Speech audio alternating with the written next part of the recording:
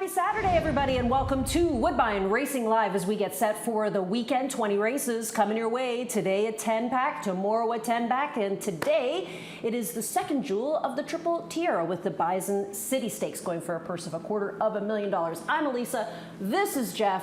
Yesterday we had a pretty good day at the office, you and I, cashing in on the pick four finally, which is always a highlight for us. That had to be on CP24, though. It might have been. It had to be breaking news. Like, it had to be the fact that we actually cashed a pick four ticket. But yeah, we got some good prices along the way, and hopefully the good prices do continue today. This is the penultimate Saturday program. His favorite word. Before the King's Plate. And the King's Plate scene is starting to clarify a little bit. A lot of workers this morning. Yeah, we're going to look at a few of those workers a little bit later on today in this show, in fact. Yeah, today the highlight is the fillies with the Bison City that'll go as race number 8 on the card. We have so much to get to today that I think we'll just get the ball rolling and take a look back at what happened yesterday. Now, yesterday was a fantastic day for a rider by the name of Amanda. She had a super day yesterday. She won with Snookered at a huge price, Man Vanderbeach did, returning $119.30. And then she came back to Jogburger in the last race with May and June for Bob Tiller. Yeah, May and June was pretty impressive. Obviously, you're not going to get a huge sample size. This is for the all-weather surface. Doesn't include the turf races that we had yesterday here. And pretty turf-heavy program yesterday. And then we had Wagstaff, who might have stamped his ticket toward the Toronto Cup. He won the big race on yesterday's program at a big number at odds of 8-1. The average win payout was $24.37. And the biggest surprise the entire day was Snookered. Yeah. At a big number, paying almost $120. $119.30 if you played that one. I think the other surprise for us was a horse we really liked yesterday that we got a great price on, and that was Kikitsa for Mike DiPaolo and Pietro Moran doing the riding there. Now, as far as this morning was concerned, today was a really busy day.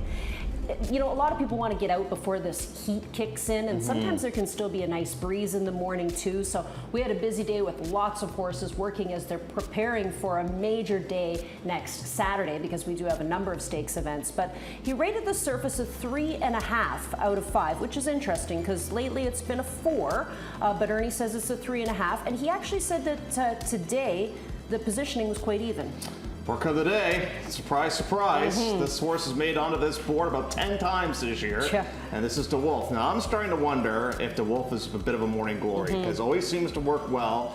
But in the afternoon time, it's been a bit of a disappointment so far this year. Now, one of the Barnes go-to exercise people, an assistant trainer, Karina McLean, she was aboard for that work. We'll take a look at that work tomorrow. And Ernie says the best wagering race of the day is going to come up as race number 6 on the program, as we'll see if Gloriana can pick up a victory there. But yeah, DeWolf has been a frustrating horse, I imagine, for conditioner Kevin Attard. Has been working very well all year long and just hasn't been able to put everything together. But hey, if the horse is going to put it together on King's Plate Day, it'll be worth it. That's the day to wake up, right? Yeah, we're looking forward to that. If you haven't got your tickets yet, make sure that you do. I know they are selling out incredibly quickly. We're looking forward to a major You know what's day. funny is you and I were talking about outfits, and then for some reason this morning, my mom just randomly said, "Have you figured out what you're going to wear for the plate?" I'm like, what's going on? No, I haven't yet. Hello, it's about horses, fashion. Yeah, no, I know. Right?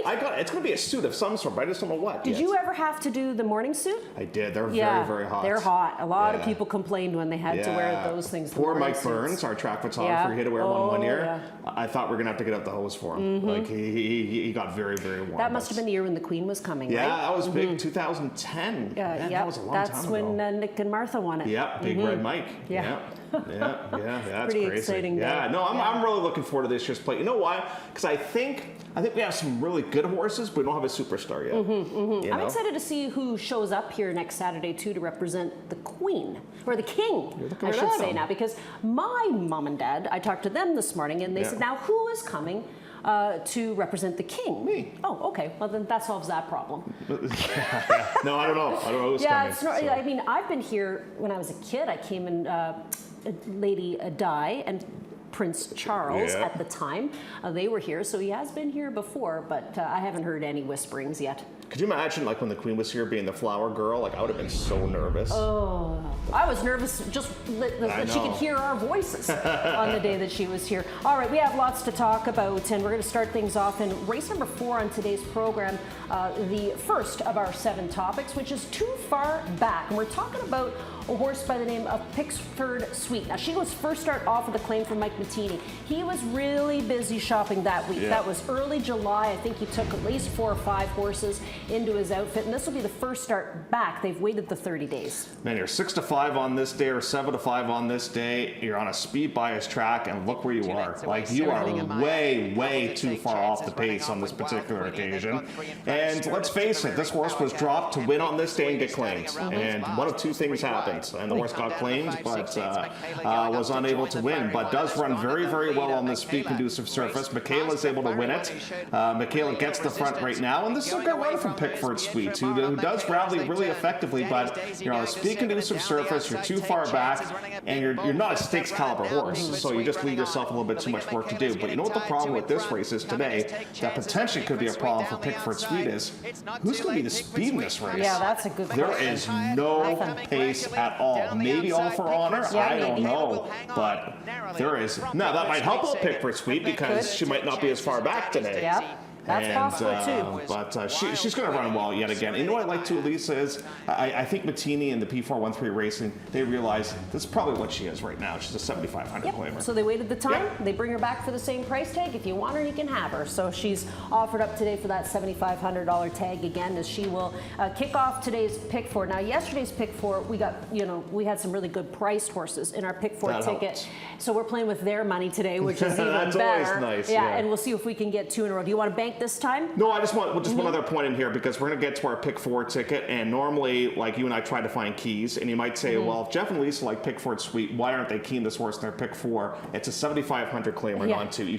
I don't trust a lot of horses in this category. Yeah, not at all. Okay, Javon, we're going to bank that 25 All right, put seconds. that in, get some interest. Yeah, because we got lots to talk about at the back end of today's show. Let's go to our next topic, which comes up in race number 5, and the topic is almost 1,000, and now I know what the reference is here. So we're talking about Tbred, and this was a race down at Gulfstream when Mike DiPaolo was sitting on 1,000, and he'd been sitting on 1,000 here for the last, let's say, maybe a couple of weeks of the Woodbine meet, and he had to wait for it, but he got it at Gulfstream eventually, but not with this one. And I want you to watch this race because I was there for this race, and I was all excited to go congratulate Mike because I thought the horse got up to win. Right. But the one gets a wicked bob in here. That'd be without cause. Right now, perfect trip for Tbred. They claim the horse for 35. They go into a main special weight race. You get Irad Ortiz. You're getting a perfect, like, the stars are all aligning for this horse to win on this day. Now you get to swing towards the outside, and it's a good rally. The horse does rally really well. Now, when you watch this live, like, I am 99.9% sure this horse gets up to win this race. You were, buttoning your shirt, making sure you look good to get your picture taken. I was just getting the hair already because I was going to go in the winner's circle and all that. Oh, that's a painful one. Is that not painful? That is painful. Now, the problem is, you're on that big of a race, why'd you go to the shelf?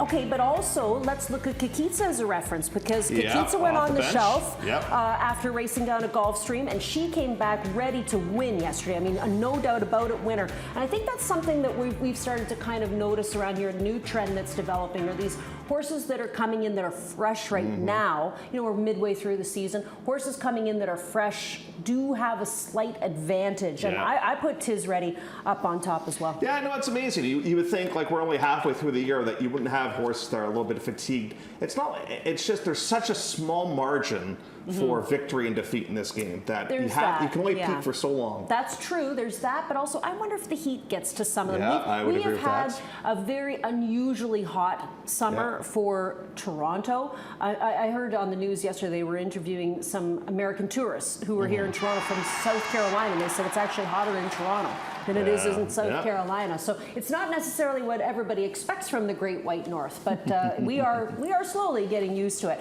Next topic comes up in race number 7 on the program. 7th race today is an optional 50 or 2 other than that goes a quick 5.5 furlongs on the inner turf. This is an interesting race because you have Miss Vivian, who goes first start off with a claim. I mean, you can't knock Bill Theranis for what he did with this Played mare. it perfectly. Played it perfectly. Yeah. Claimed the horse for 32, won back in the optional 50, dropped the horse back in for 32, and got another win. And there were a few people in on the shake for Miss Vivian. Gail Cox, who doesn't claim a lot of horses, was the lucky winner of this one, and Sahin Savachi is going to stick and stay. But Lutz de la Luna is another interesting story here, as this one tends to go back and forth between Drexler and Dave Borsk. And here's Robert visiting Cara.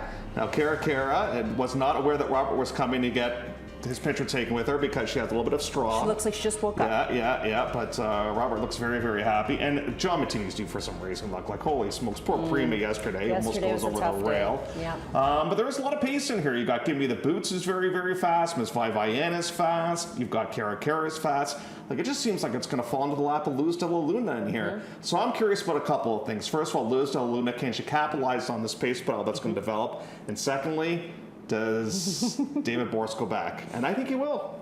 I think you will too. Yeah. I mean, she is their pet, right? So that's and they've waited the 30 days to bring her back. And she ran terrific last time too. She ran a really good race. Too good to lose. Yeah, she ran second against Aura the Phoenix, who was able to pull off that victory. Of the speed horses, do you think Vivian's the quickest? I probably think so. But yeah, I think she's. I think she's a nice claim. For I sure. do too. She's 7 for 18. She's such a nice mare. Yeah. Honest as the day is long, right? So we'll see what Gail's able to do with that one. I do like that Sahin's followed the horse over to Gail's barn too. That's a money maker. All right, next one comes up in race number 8. This is our feature race for the day today. That's the Bison City. It is a restricted race for 3-year-old fillies foaled in Canada. It's the second jewel of our Canadian Triple Tierra.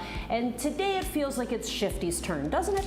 So I was talking about this on Sirius Radio this morning on Down the Stretch, and we were just talking about the fact you look at it on paper and you think it's going to be this way, and you're 95% sure it's going to be this way, and yet something weird happens. But it does seem like it's 1-5, 5-1 to the cows come home, I think.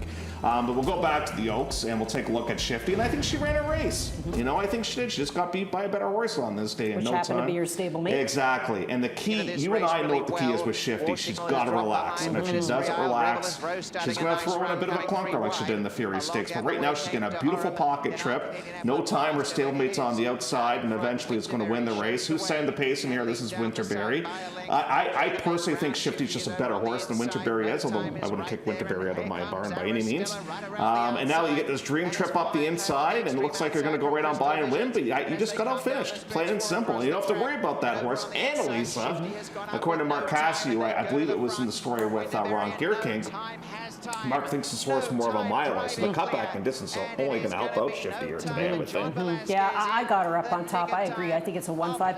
And the race didn't come up that big. No, I mean, didn't. there's only 6 gals that are going to compete in this race. I think Innisfree Isle was a supplemented horse into the race for Catherine Day Phillips, off of what I would think was a very disappointing effort. I would agree with that. I would agree with that. Now, I want to ask you about Aristella. That's a Doug's picking. Do you think she's simply not made the transition from 2 to 3 because her speed figures are exactly the same to what she ran last year? Yeah, like last year as a 2-year-old, she showed a lot of promise, obviously, winning against Maiden Special Weight and coming back to take the Princess Elizabeth. But you're right, the transition from 2 to 3 just hasn't been an easy one, I think, for her. Now, she'll get Raffy back aboard again today, and because there's only 6 horses in the race, so she's got a legitimate shot to grab probably the third, the 2 Cassie horses are just kind of standard. But I don't blame anybody for taking a shot. No, You're going for not? 250. 250. It's a field of 6. Yeah. Why not Everybody's going to get some money there. Yeah, that's in a race good chunk of change there. Yeah. But I kind of wish that Shifty had not drawn on the rail. That would be my only hesitation. Yeah.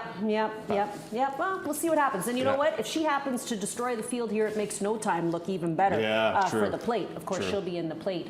We looked at her workout on the program yesterday. Next topic. Race number 9 is where we head next. Never happy. Well, I'm pretty much always a happy gal, and so is Jeff. I mean, it's just a ball of happiness in this studio. Energy. Lots and lots of positive energy. Now, when we're both in a bad mood, watch out. It doesn't happen very often. No. But Barbara Jones, that's the horse you're talking about here. Now, she was kind of the horse that there was a lot of chatter about because she had broke her maiden at Gulfstream, and then they brought her here to Woodbine, obviously because she's on Terrace Sired, Jim Dandy, Spruce Stables. and she had to race against older horses for her comeback. And she just was never happy. Horse and rider were never on the same page this entire race. So I'll show it for you right now, coming out from the starting position here. Post position number 1. So this was back on July the 19th. And coming out of the gate, we don't break all that well. This was a speed-conducive surface in here. And guess who does get to the front easily? It's Maximum 50, who when getting to the front is so dangerous. So right now, just a step slow. Not too bad, but not terrible. But the fact that you give the best horse in the race a bit of an edge, and now, watch, now we're going to have a bit of a wrestling match in there. Like, Sophia's trying to get this horse, no. Horse's head is right in the air, just will not shut down. Like, just is fighting the entire time. Like, she's got almost her feet in the dashboard in here, trying to get this horse to kind of chill a little bit. Now, you might remember, this was a split of a race, and this was the faster split of a race by 3/5 of a second as well. So right now the horse is kind of settled into a bit more of an effective stride, but still I wouldn't say is all that happy. And now you've got a really good horse up top that's going to get away with a half and 45-1. And now for the first time ever in her career, she's being asked. So now what type of response are we going to have? Do we go inside? Do we go outside? I think Sophia wanted to go outside. Yeah, maybe. Nope, can't go there. Now we're towards the inside, and here it didn't make the difference. Like, we're never going to beat Maximum 50 off that type of trip anyways. But I just don't think it was horse and rider being on the same page. And it happens from time to time. You know, it really does. But good effort here. Now comes back on here to run well.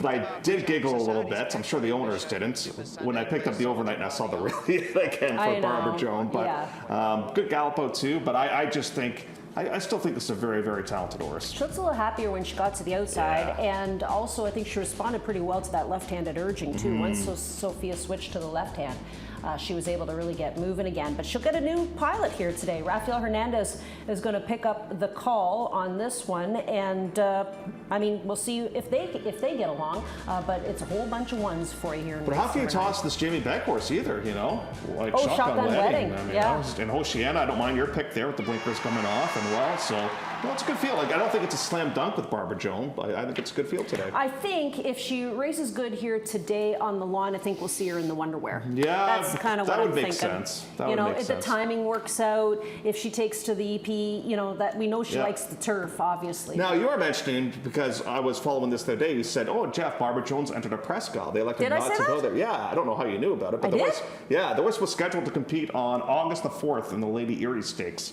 Oh, that's scratch. Okay. Well, you brought that to my attention. I looked it up. Yeah. It's got to be another Elisa Bull that you know. Yeah, maybe. Maybe it's my imaginary friend or something. Exactly. All right, last dash for the cash. We'll look at race number 10 on the program. Maiden optional 40. Oh my gosh, my heart is in my throat for Ian Ross and all the guys on the gate for the last race on the program the last couple of days. We've had some tough luck on the Thursday card for the last race, and then the Friday card in the last race as well. But let's see if we can get these maidens in the gate and ready to rock.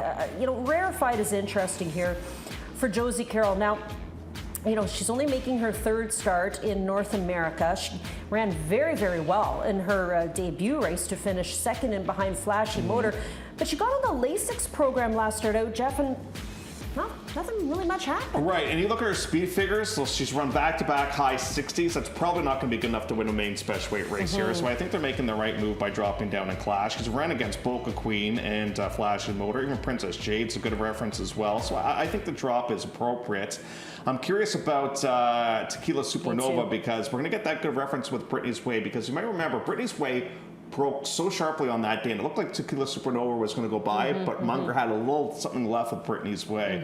So we'll get a good reference for that coming up a little bit later on the program. Yeah, I used that one, and I took a look at Norm's horse too, Balls in Your Court. This is a second-time starter by Super Speedy. Norm's, geez, we're waiting with the plaque, right? 997, I think he still is. 1,000 career wins. Hopefully it happens soon. But a field of 9 for race number 10 is how we wrap up the program today with that carryover for the Jackpot High Five at more than $14,000. So that gets us through the 10 races that we have for you this afternoon, but we've got to take a look at lots more, including plays of the day. We've got a clocker horse to show you as well. And we'll start first with your plays today, Jeff. And we will have all the selections and this stuff tweeted out shortly. It's just our poor producer, Javon. He was up early. He was up very early today, filming the works for us. I told him if you want to be a real racetracker, you got to get good at napping. So we will have this stuff on X for you shortly. But my drop and pop's going to come up in the opener right now, 3-2. This being Nikki is a Breeze. My best bet of the day is Lose Luz de la Luna, shifty, very unoriginal. And my watch list off that treble trip is Barbara Joan coming up in race number 9. I think I got Barbara Joan on my list, but I'm just taking a look. I can't quite remember who I've got. What have I got for you today? Pickford Sweet off the claim, right? They've waited the time. Shifty, yeah, again, surprise, surprise, Barbara Jones. I'm not giving you any horses at prices today because you know what? I gave you 2 horses at prices yesterday. So today I got to be a bit of a chalk-eating weasel. That's okay. You're allowed. You okay? Tomorrow we expect some prices. All right, okay. What have we got from our friends upstairs? Ron, Doug, the crew. Same type of names. Same thing, yeah. 10 to midnight's.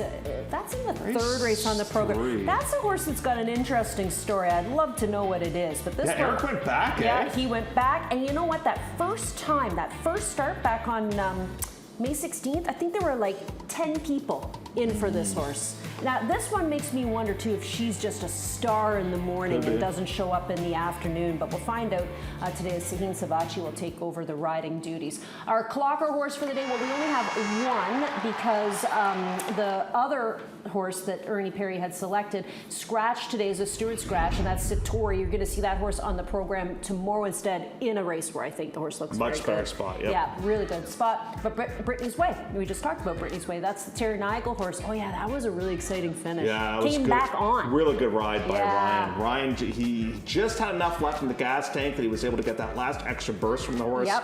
Horse looked beat. I'll tell you, I like the job Tara does with her horses. You know, I think last year was a bit of a learning curve, bringing all those horses from Hastings and stuff. Yeah. So. Well, look at Devin Gittins. Same thing. Yeah. Last year was a learning curve, 100%. and now he's winning at a 20% clip. Same thing for Terry Nagel as well. So that'll get us through the picks. That's the clocker report. We're pretty much covered for the 10 races, but we do need to come back after the commercial break and talk about the King's Plate workers from yesterday and this morning that we're going to show you, including Scorching with a lovely work this morning.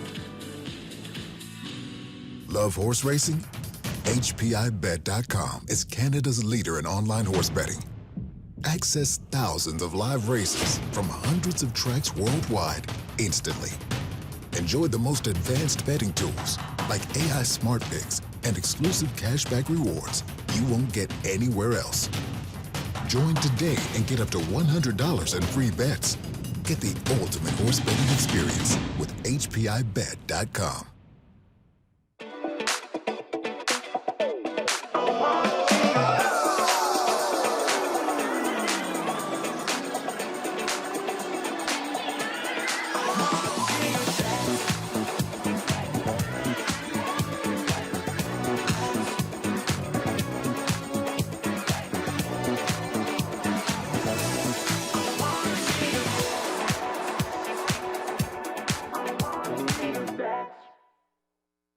Download the Bet365 app, the only sports book available to bet on today's races, and see why it's never ordinary at Bet365. More than just a race. One of the great sporting traditions in this country. It's part of our culture. A huge crowd this afternoon. An iconic day about royalty, fashion, and passion. A magnificent lineup. A truly magical equine display. And they're off in the King's Plate. He's running his eyeballs out. She's as great as they come. What a race! With one to rule the day. Watch the 166th King's Plate, the first leg of the OLG Canadian Triple Crown. 1 week from today is Jeff's favorite day of the year. It's one of my favorite days of the year, too. The track just has a special buzz, kind of similar to what opening day has, like that fun buzz. Yeah. And then there's so many people here that have never seen the races. You get a mix of all sorts of different types of people at the races. And the best part for us is by the time the day comes, all our work is done, so we get to enjoy the day. Hopefully. And we're going to have Greg Blanchard with us as well next Saturday, which is great because for those of you who remember Greg, he worked here for a number of years back in the HPI days, covered harness racing for us, and he still is very active with us at Mohawk. He'll call the races from time to time there, and the big one of the top guns at Western Fair. And likes to punt like the rest of us. He sure does. Yeah. So he'll be catching up with a whole bunch of people and be a part of the team on Saturday as well. We have 4 workouts to show you, and you are going to see some interesting ones here. But you know what? It's kind of your eye. Like, what do you see we've seen quite a few, like I think now we know that Notorious Gangster's work is actually really, really good when we consider who he was working with. But the first one we're going to look at today is William T. Now, he worked with a good old horse in Cruden Bay, a multiple stakes winner from the McRae outfit as well. So where's our guy? Well, William T is on the outside. Yeah, it's hard because they're both matching. But on the outside here, and he works 5/8 and 58 and 2. Talk about this one a bit. Well, what's interesting to me is the choice and company with some of these horses. Like some of these barns have worked with big names. Big names, stake horses. Yeah, like for example, as you said, Gangster worked with a really good horse, and this horse, William T, working with a stakes winner, multiple stakes winner. And I think for this work, it's okay. They kept up, and that's great. That's all you wanted to see. And I like the fact that Davey got to know the horse a little bit more as well, because he does pick up the mountain here. Neither are really asking all that much by any means. And here's a look at the time, 58 and 2, as they work the half in here. And just a great opportunity for Davey Miranda to get a chance to get more acquainted with the horse. But I think for Donnie Mack, I think it's going to be an exciting day. He's going to have this horse. I think he's going to have the inside horse racing in the King Eddie as well. So there's a look at them finishing up. Davey didn't really ask too much from him at the wire either, just kind of let his head out a little bit. So a nice easy gallop out for William T. Next work we're going to show you is a real good one. Now this is Scorching.